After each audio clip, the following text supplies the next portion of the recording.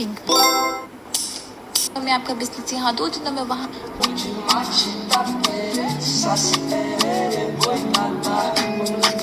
Being aesthetic can be so damn expensive sometimes, but that does not have to be true all the time. All these candles that I keep seeing on my Instagram, I really want them, and they are too expensive to buy and too difficult to make. But are they really? Because I found a way to make these without using a piping bag, without having to whip my wax at all. Here's a complete guide to how to make aesthetic desserts themed candles from scratch without any fancy equipment. Let's get started. Before we start with the candle, I just want to discuss the plan quickly. By the way, the diary on which I am drawing this is also a handmade one, and I posted this video a while ago. So please do check it out. It's in the I button up there and also in the description box. So here's what I'm thinking. I have a mug which I am planning to use for this candle. What I want is for the base of the candle to be white and for the whipped frosting of the candle to be red color. I am planning of adding hearts on top of it, but I am not sure of the color. It could be either yellow or it could be white. Of course, there's gonna be a wick in the middle which would be made of a cotton thread. I'm planning to add hearts on all around the mug. I will be painting the mug white and I would be adding red hearts on it, and that's the plan for the candle. Make this candle, I'm using this old plastic mug that I have lying around at home. Ceramic is of course better, but I had plastic, so that's what I'm using. I need my container to be plain white, and this mug has quite a few scratches, so I'm painting it. And for the color, I'm just mixed a bunch of paints randomly, and when I felt that my color was the color that I desired, then I started painting it. At first, I just used a normal brush to apply the base coat, and then I left it to dry. Once the base coat was dried, I used a simple cotton cloth and I dipped it in the paint, and then I dabbed the whole container with that paint stained cloth to give it more of a texture. I really did not want that the strokes of the paintbrush would be visible. I wanted it to be smoother and more random, and a cloth is best. Ideally, people use sponge, but I don't have one, so I just used a normal cloth and it worked fine.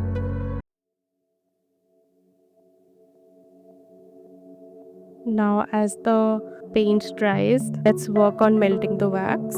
Since the water in my pan is too less, I'm adding a little bit of more water. Any water works. I'm using normal nal wala pani, and you need to make sure that you don't add so much water that when it boils, it actually enters inside the container. Like you see the level of water here, that's the maximum that it can get, because once it boils, it will rise upwards and it might actually enter the bowl inside, and water and wax, you cannot really separate them while they are melted. So when you pour the candle wax into a container, the water will get poured as well, and when it solidifies, the water and the wax will separate and it will be a disaster. So you really need to make sure that this does not happen to your candles, because that's going to be an issue. As for the wax, we can use plain white candles which we get outside, or you could actually order wax from Amazon, paraffin wax or soy wax.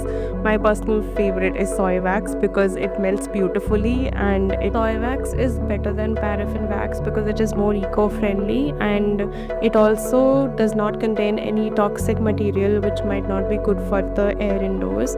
So that's why soy wax is just better. I have added links to all the materials, the wax, containers, wicks, all of those things in the description box. So if you wish to buy it, then you can buy it from Amazon using the links in the description. Otherwise, you can always make shift from the things that you have at home, because we always have enough at home to make beautiful DIY out of. That's a personal belief. Another way to get wax is by using old used candles which are like half burned or completely burned with just a little bit of wax left. So that's what I did. I had a few candles that I didn't like and candles that I almost burned down, so I melted them in my double boiler, and then I used their wax as well. And at this point I went crazy and I found a few tig lights lying around at my home, and I used even that in this candle. As our wax melts, let's prep for the wick. For the wick, I'm using this macrame thread. I'm using macrame because I didn't have any other thread, but any cotton thread. What I like to do with my wick is dip it once in wax, and I do not have a specific reason as to why I do this. It's just something that feels better to me.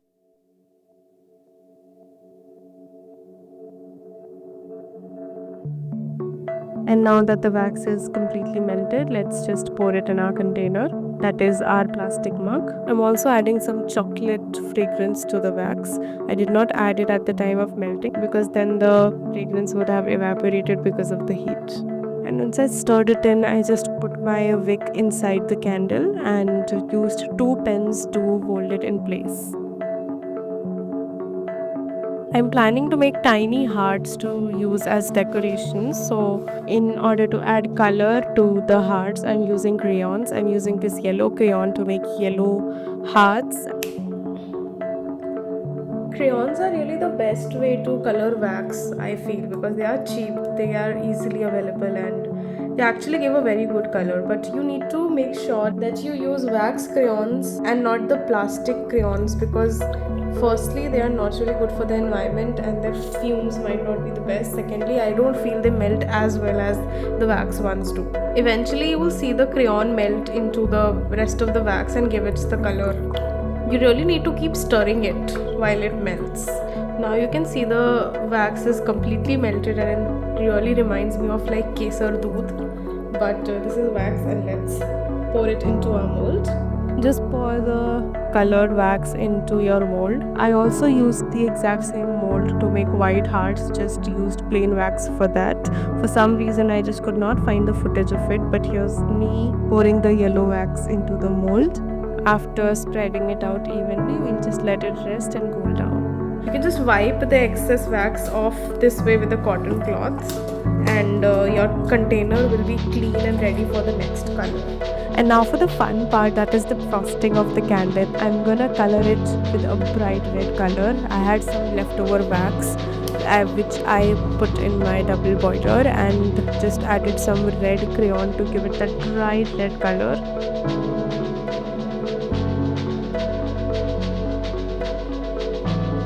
Let's set our red wax aside to cool down a little bit before whipping it, and till then we can unmold our hearts.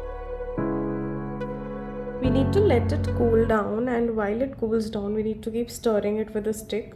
Right now stirring is of no use, so I'll come back later after it sets a little bit and like a thin layer forms on top. That's when I'll stir it with my ice cream stick and make it a little gooey. So let's go on to our hearts and see how they turned out.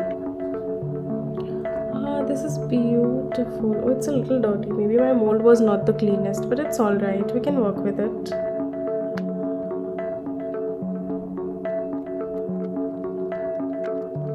And now for the white ones. These are beautiful. These were literally the easiest part of the entire candle. I mean, a mold can make everything so much easier. And don't worry about this hole on one side. Wax sort of contracts as it cools down, but we'll place it on top of the frosting like this way. I mean, not this one because it is a little dirty, but like any other one, we'll place it this way so the hole at the back won't even be visible. There are a bunch of scraps left on the mold, but we can just use it for another candle in the future, so I'll save them. Instead of using this cup for the scraps, I'm pouring the red wax into it. It's quite hot, but not so hot that it will melt the plastic container. The glass bowl is already hot, so it will take much longer for the wax to cool down in it. And since the plastic container is cool already, so the wax will set much quicker in it.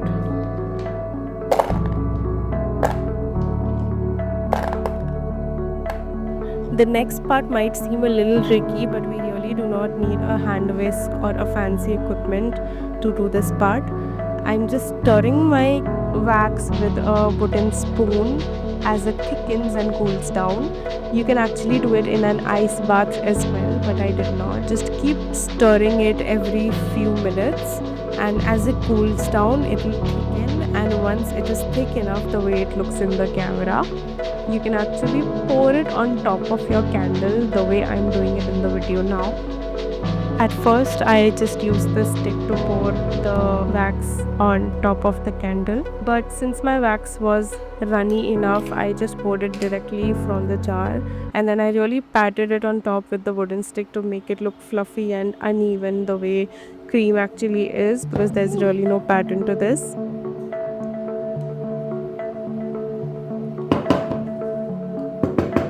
Also make sure that you do this step only after the base candle is set, because if the white part of the candle, the entire candle was actually not completely set, then the hot wax on top would melt it further, and then that would be a disaster, and we do not want that unless an ombre effect is what we are going for. Now the next part is crucial. Right before the wax sets, I sprinkled a little bit of glitter on top to give it more shine, and then I started adding my red hearts immediately so that it sets along with the red wax. And at first I added some yellow ones, but I did not really like them, so then I replaced them with the white ones, and that's when I felt that it looks so much better and just looks perfect at this point. At this point I felt that the mug itself was looking way too plain, so I thought of adding tiny little hearts all around it, and to do that I'm using a sketch pen, which does not work. You just need to dip the tip of your sketch pen inside the paint, and then you just need to draw it the way you would with a normal marker, and it works just fine. It's easier than you might think. Normally people use a paintbrush for this, and it is possible with a paintbrush too, but it's just way too hard to do it with a brush, and you need a very tiny brush, and I feel that it's just much more convenient with a marker. That's a neat little trick for you guys, and if you try it at home, then please do tell me if it worked for you, and my comment section is always open. And with that, our dessert candle without any fancy equipment is ready.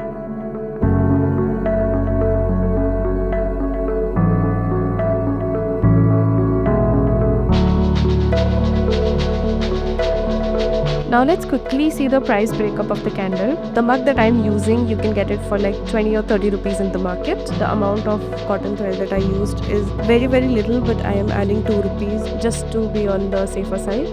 The wax would be 50 rupees for the amounts that you use on this candle. Of course, it would be more if you buy it from a more expensive place, but if you buy the plain candles that we get here offline, then that is going to be super cheap. So the price that I'm adding is 50 to 100. A pack of crayons typically costs 20 rupees, but the amount of crayon that you're using in this candle, it is 5 rupees or so, but just to be safe I'm adding 10. And if we added all these prices, then the total would be 102 to 202 depending on how much wax you used. And for me, considering I already had the mug from home, I did not buy it, and the cost of the candle for me was 50 rupees and the cost of crayons was 10. Actually less than 10, but still I'm taking 10. So for me, the actual cost of this candle was 72 rupees. I'm gonna change my name if you found a candle like this for this much price. So you see, it's really not that difficult to make these things, and I hope that you followed along and had fun doing this.